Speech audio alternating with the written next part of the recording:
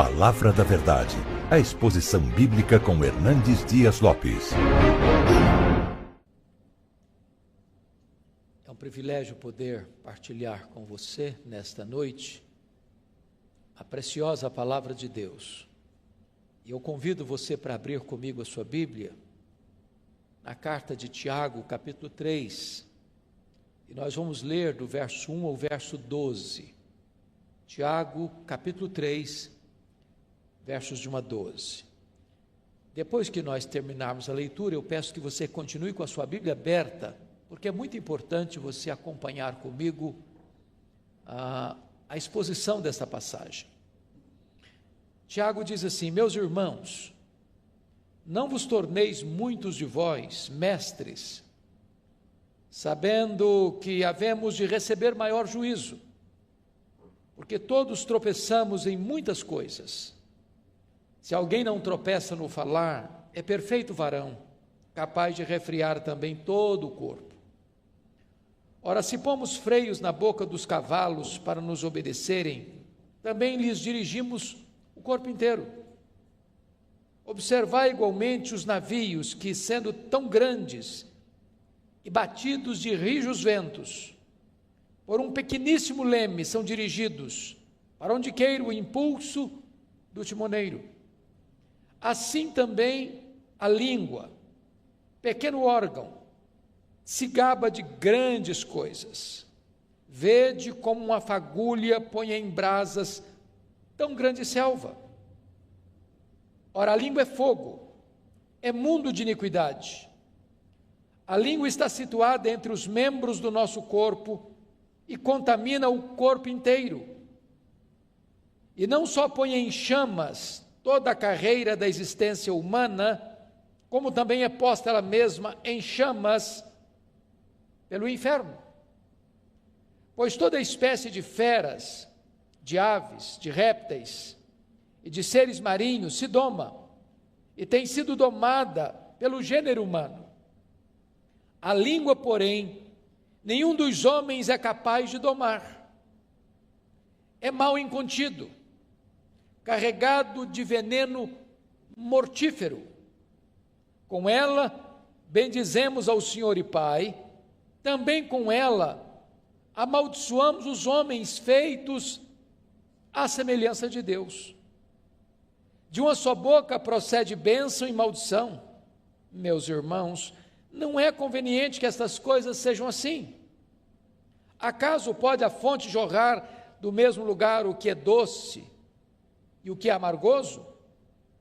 Acaso, meus irmãos, pode a figueira produzir azeitonas ou a videira figos? Tampouco fonte de água salgada pode dar água doce. Eu gostaria de conversar com vocês sobre o seguinte tema hoje à noite: cuidado com as suas palavras. Bom, esta carta foi escrita por Tiago. É preciso prestar atenção que este Tiago aqui não é o Tiago apóstolo, irmão de João, porque aquele foi morto em Jerusalém, por ordem de Herodes Agripa I. Este Tiago aqui é o Tiago irmão de Jesus, filho de Maria, que foi um dos líderes da igreja de Jerusalém. Este Tiago era um dos colunas da igreja de Jerusalém. E esta carta que ele escreveu é chamada de o livro de Provérbios do Novo Testamento, porque é uma carta prática, que trata de assuntos práticos. Ele traz no bojo desta carta quais são as evidências de uma pessoa salva pela fé. E ele evidencia então que você prova a sua fé em Cristo mediante as obras diante dos homens. E um dos assuntos práticos que Tiago trata nesta carta é exatamente a questão do cuidado com a língua. No capítulo 1, no verso 19, Tiago já chama a sua atenção para esse fato: todo homem seja tardio para falar.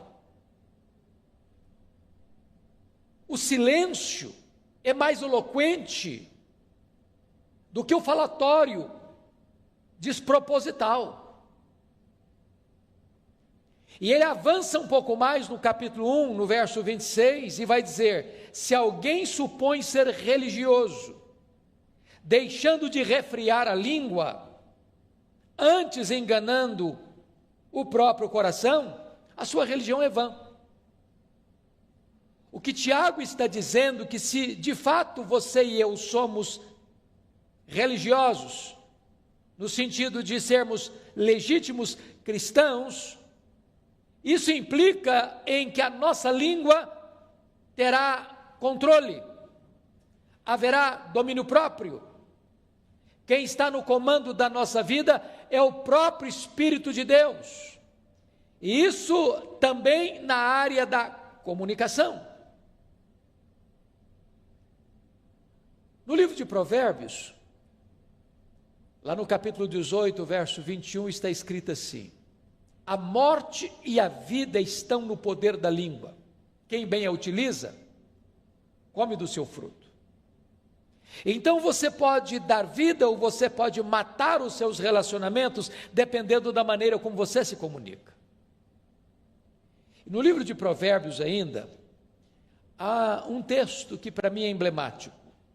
E eu gostaria que você, com a Bíblia aberta comigo, pudesse observar esse texto, porque ele trata de 6 pecados que Deus aborrece, e de um 7º pecado que a alma de Deus abomina, que é o ponto culminante da abominação divina. Quais são esses 6 pecados que a alma de Deus aborrece? Primeiro, ele diz aí, olha comigo o verso, capítulo 6, 17, olhos altivos. Deus não tolera gente soberba. Segundo, língua mentirosa. O mentiroso aborrece a Deus. Terceiro, mãos que derramam sangue inocente. Pensa comigo hoje em quantos abortos são praticados no Brasil. Quantos bebês que são martirizados, trucidados, esquartejados no ventre materno e sugados de lá, do sacrário mais bendito da vida, o ventre, como uma verruga pestilenta. Isso aborrece a Deus. Depois o texto diz, em 4º lugar, coração que trama projetos iníquos, gente que fica maquinando o mal. Deus aborrece isso. Depois Deus diz, pés que se apressam a correr para o mal, gente que não só concebe, mas tem pressa para praticar o mal. Deus aborrece isso. 6º lugar, testemunha falsa que profere mentiras, que inverte os fatos. Deus aborrece isso. Mas o 7º pecado que a alma de Deus abomina, preste atenção, é este: o que semeia contendas entre irmãos. O que eu fico impressionado é que Deus diz que esse pecado é mais grave aos seus olhos do que o assassinato. Já pensou nisso? Pessoas que jogam um irmão contra o outro, pessoas que usam a sua língua para provocar contendas, brigas, discórdias, dissensões, que maculam a imagem do seu irmão diante de outro irmão, para destruir a sua reputação. A Bíblia diz que Deus abomina isso. Deixa eu lhe dar um exemplo. Está lá no primeiro livro de Samuel, quando Saul, já insano, perseguiu o seu genro, Davi, para matá-lo. E diz a Bíblia que nessas fugas de Davi, não porque Davi tivesse medo do seu sogro, ou porque Davi fosse covarde, Davi tinha consciência de que não podia atentar contra o seu sogro, vingar-se do seu sogro. Então, certa feita, ele passou por Nob, onde havia uma comunidade de sacerdotes. E Davi foi acolhido ali por eles. E um indivíduo chamado Doeg deu um relatório tendencioso, malicioso, maledicente a Saul. E Saul se enche de fúria e vai a Nob e mata 85 sacerdotes. Mata homens, crianças, uma chacina, um derramamento de sangue, porque alguém maldoso joga uma pessoa contra outra e cria um cenário terrível de conspiração que leva à morte de muitos inocentes. A língua é perigosíssima. Então, cuidado com a sua língua, cuidado com as suas palavras. Voltando ao texto que lemos para expô-lo, abra comigo então, lá em Tiago 3. E Tiago começa alertando para o seguinte fato. Olha comigo, versículos 1 e 2. Meus irmãos, não vos torneis muito sabendo que havemos de receber maior juízo. Então, preste atenção. Quanto mais alta a posição que você tiver, mais de você será exigido. Quanto mais privilégios, mais responsabilidades. O grau de exigência vai crescer. Mas no verso 2 ele diz assim: porque todos tropeçamos em muitas coisas. A primeira realidade que eu noto nesse versículo é que Tiago está sendo prático e honesto. Se você é uma pessoa honesta, você sabe que você também, como eu, nós tropeçamos. Tropeçamos na nossa própria língua. Quantas vezes nós falamos quando não devíamos ter falado? Quantas vezes nós nos calamos quando deveríamos ter falado? Quantas vezes as nossas palavras não foram as melhores, não trouxeram edificação? Quantas vezes as nossas palavras não transmitiram graça aos que nos ouviram? Então, todos nós tropeçamos em muitas coisas, e Tiago diz: se alguém não tropeça no falar, é perfeito varão, capaz de refrear todo o seu corpo. Então, diante deste aspecto, Tiago vai nos ensinar 3 lições aqui que eu quero destacar do texto. Primeiro, é que a língua tem o poder de dirigir, é isso que ele trata nos versos 3 e 4. Segundo, a língua tem o poder de destruir, é o que ele trata nos versos 5 a 8. Terceiro, a língua tem o poder de deleitar, trazer prazer, é o que ele fala dos versos 9 a 12. Então eu quero tratar com você desses 3 aspectos da língua. Ela dirige, ela destrói e ela deleita.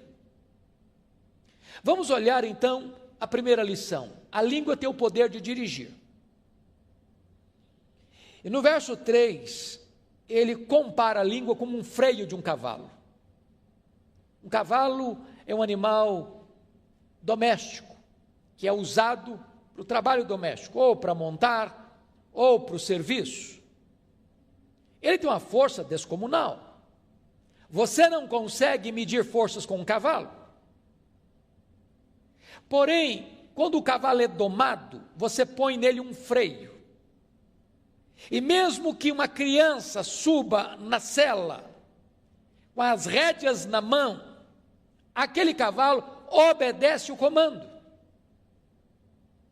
O que Tiago está dizendo, que a nossa língua pode nos dirigir, como um freio dirige um cavalo, e toda a nossa força, e toda a nossa energia, pode ser canalizada para o bem e não para o mal, para um bom serviço e não para um desastre. A segunda figura que Tiago usa, está no verso 4, eu peço que você observe comigo. Ele compara a língua que dirige como um leme de um grande navio, que singrando os mares encapelados, enfrentando as ondas revoltas, nos mares da vida, aquele pequeno leme, o timoneiro consegue conduzir o navio, para não se chocar contra as rochas, para não enfrentar um iceberg, para não ir ao naufrágio trazendo prejuízos, perdas e desastres, com muitas mortes. Então Tiago está dizendo que da mesma maneira que um leme pode conduzir, o timoneiro pode conduzir o navio nos mares revoltos da vida, se você tiver domínio na sua língua, se a sua língua estiver domada pelo Espírito Santo, você vai ser conduzido em segurança, não permitindo que você produza desastres por onde você passar. Este é o primeiro aspecto. Bom, você conhece tantas pessoas que por causa das suas palavras levam pessoas à ruína. Eu já assisti alguns filmes, por exemplo, da Segunda Guerra Mundial. É sabido de todos que Adolf Hitler era um orador que eletrizava as multidões.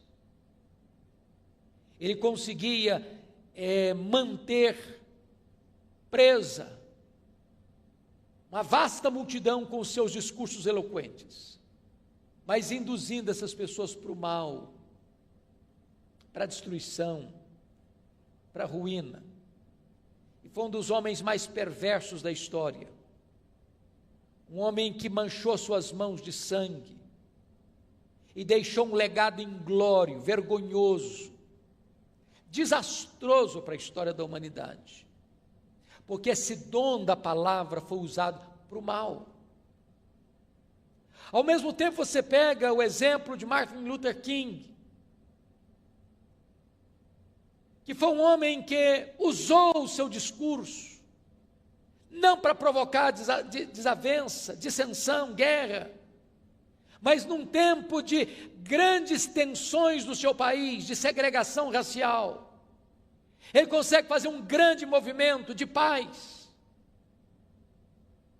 porque você pode dirigir a sua vida para o bem ou para o mal. Quem domina a sua língua, consegue dominar todo o seu corpo. Mas agora, Tiago vai tratar da segunda figura, a língua tem o poder de destruir. E eu chamo a sua atenção, porque ele vai dizer no versículo 5, assim também a língua, pequeno órgão, se gaba de grandes coisas. Vede como uma fagulha põe em brasas tão grande selva. O ano passado, e este ano também, nós tivemos no mundo muitos incêndios, terríveis incêndios, na Austrália, na Califórnia, na Amazônia. Nós tivemos incêndios de grandes monumentos, como a Catedral de Notre Dame, em Paris. E às vezes, uma pequena fagulha, um fósforo que você risca, ou uma guimba de cigarro, pode provocar um incêndio avassalador, descomunal, de consequências trágicas, de prejuízos colossais. Assim a língua. Um comentário maledicente, sobretudo em épocas de fake news, de redes sociais, onde se mina a reputação das pessoas, se espalha mentiras acerca das pessoas, se induz as pessoas a formarem uma opinião errada acerca de outras pessoas. E esta pequena fagulha vai provocando incêndio, e vai alastrando esse incêndio, e vai destruindo pessoas, e vai arruinando reputações, vai tendo assassinato de reputações.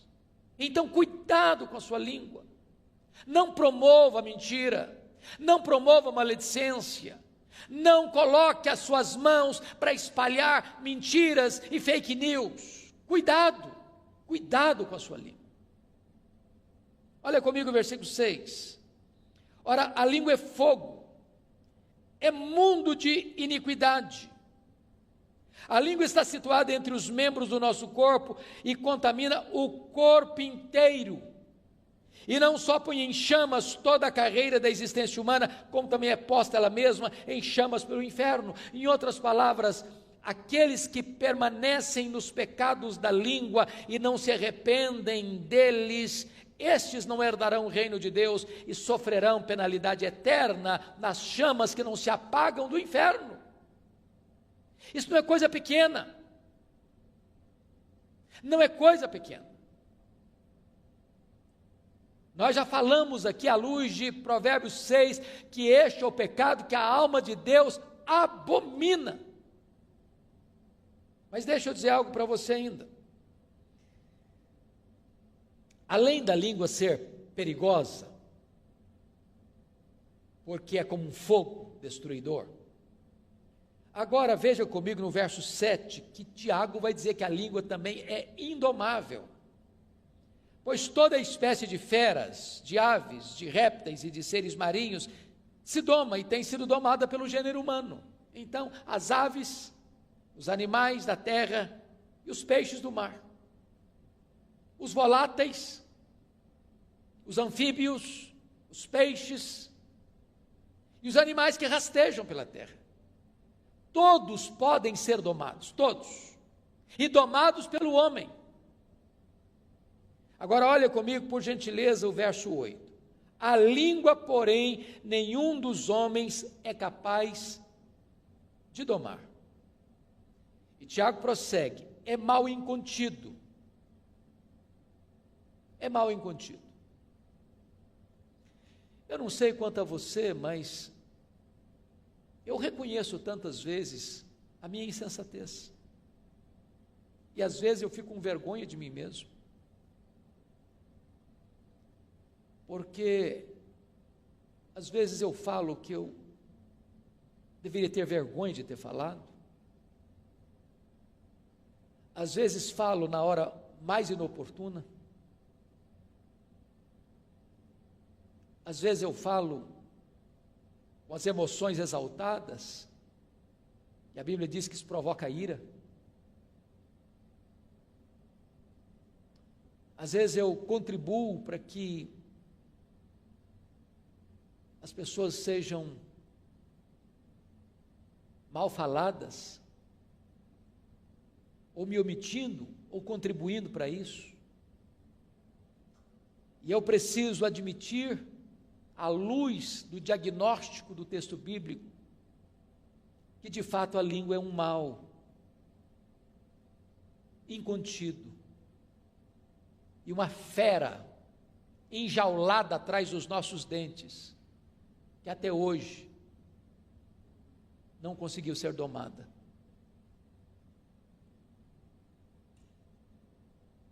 Se esta fera não tem sido domada, mais do que nunca, vale então o alerta: cuidado com as suas palavras. Palavras que saem da nossa boca não voltam mais.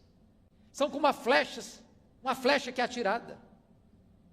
Um comentário mal feito é como subir no alto de uma montanha e soltar um saco de penas. Não se recolhe todas mais. Mas ainda Tiago vai dizer que esta língua, além de perigosa e indomável, ela é também um veneno mortífero.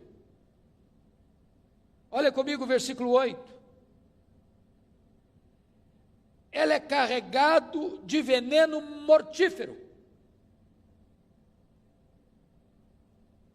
E esse veneno é pior que o veneno de uma cobra. Porque o veneno da cobra é o próprio Deus quem coloca nela. Mas esse veneno da língua não é Deus quem coloca. É a malignidade do nosso pecado. É a inclinação da nossa carne que é inimizade contra Deus.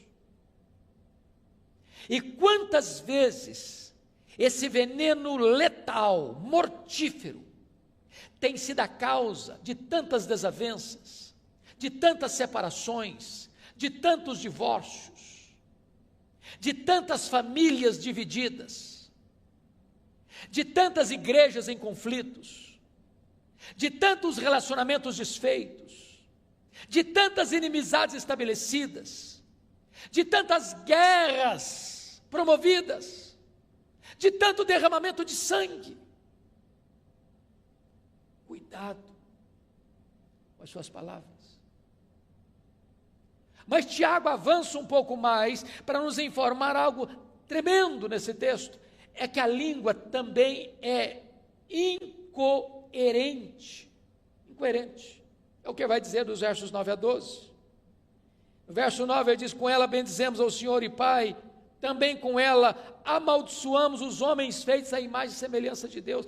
Meus irmãos, quantas vezes você acaba de sair de um culto devocional, onde você cantou hinos, fez orações, proclamou a palavra de Deus, e às vezes até mesmo dentro do pátio da igreja, após o serviço sagrado, a conversa muda, o assunto muda, um irmão fala mal do outro, um irmão critica o outro, um irmão joga o irmão contra o outro. Ao mesmo tempo que com esta língua eu louvei a Deus, com a mesma língua, daqui a pouquinho eu já estou falando mal do meu irmão que foi feito à imagem e semelhança de Deus. Que incoerência! E Tiago então vai fechar, e eu termino também, com mais duas figuras. No verso 11, ele vai dizer que a língua é como uma fonte. Acaso pode a fonte jorrar do mesmo lugar o que é doce e o que é amargo? E depois a última figura que ele usa é a figura do fruto, no verso 12. Acaso, meus irmãos, pode a figueira produzir azeitonas, ou a videira figos? Olha que coisa interessante. Você já viu isso? Você já foi numa fonte? Você vai lá hoje, a água é doce. Aí você volta no outro dia, a água está salobra. Aí você volta no terceiro dia e ficou doce de novo. Você volta no quarto dia, está salgado. Não existe isso. Ou a fonte é salobra, ou é água doce, ou é água boa, ou é água ruim. Você já parou para perceber na linguagem dele aqui? Você já viu, por exemplo, um pé de figo produzir azeitona? Ou você já viu uma videira que tem que produzir uva, produzir figo? Você nunca viu isso? Não tem essa incoerência no mundo vegetal? E Tiago diz, mas esta incoerência está em nós.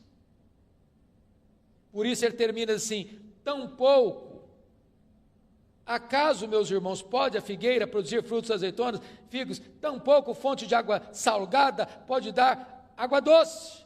E ele conclui na sua palavra preciosa, no verso 10, de uma só boca procede bênção e maldição. Meus irmãos, não é conveniente que essas coisas sejam assim. Bom, eu sei que diante dessa exortação de Tiago, nenhum de nós pode estufar o peito, dizer: esse problema não é comigo, esse pecado aí eu não enfrento, eu não tenho.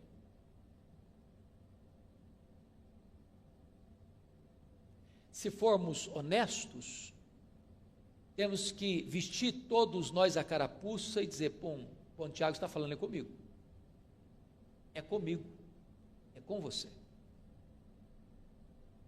Qual a orientação que a Bíblia nos dá? Meus irmãos, não é conveniente que seja assim.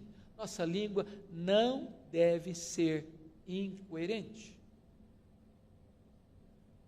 Não pode ser hoje uma fonte de água boa, doce, e amanhã uma fonte de água salgada. Não pode hoje esta fonte, conforme diz o verso 10, proceder dela bênção, e amanhã a mesma fonte proceder maldição. Então peço a sua vênia, para encerrar, lendo um texto da Bíblia. com você, que é Efésios capítulo 4, verso 29, e aqui com a leitura desse texto eu encerro. Olha o que Paulo vai nos ensinar sobre este assunto. Efésios 4, 29, ele diz assim: não saia da vossa boca nenhuma palavra torpe, palavra suja, e sim, unicamente, a que for boa para edificação. Se não é para edificação, fica calado. E ele diz mais: conforme a necessidade. Tem hora que não é hora de falar, não, é hora de ficar calado mesmo, só se for necessário. E ele diz mais: e assim transmita graça aos que ouvem. Ou seja, a minha palavra precisa ser abençoadora. Precisa melhorar o ambiente, precisa trazer alegria, precisa trazer restauração, precisa costurar a unidade, precisa construir pontes em vez de cavar abismos. Então que Deus nos ajude, que Deus tenha misericórdia de nós, e fica aqui o alerta: cuidado com as suas palavras. Palavra da Verdade, a exposição bíblica com Hernandes Dias Lopes.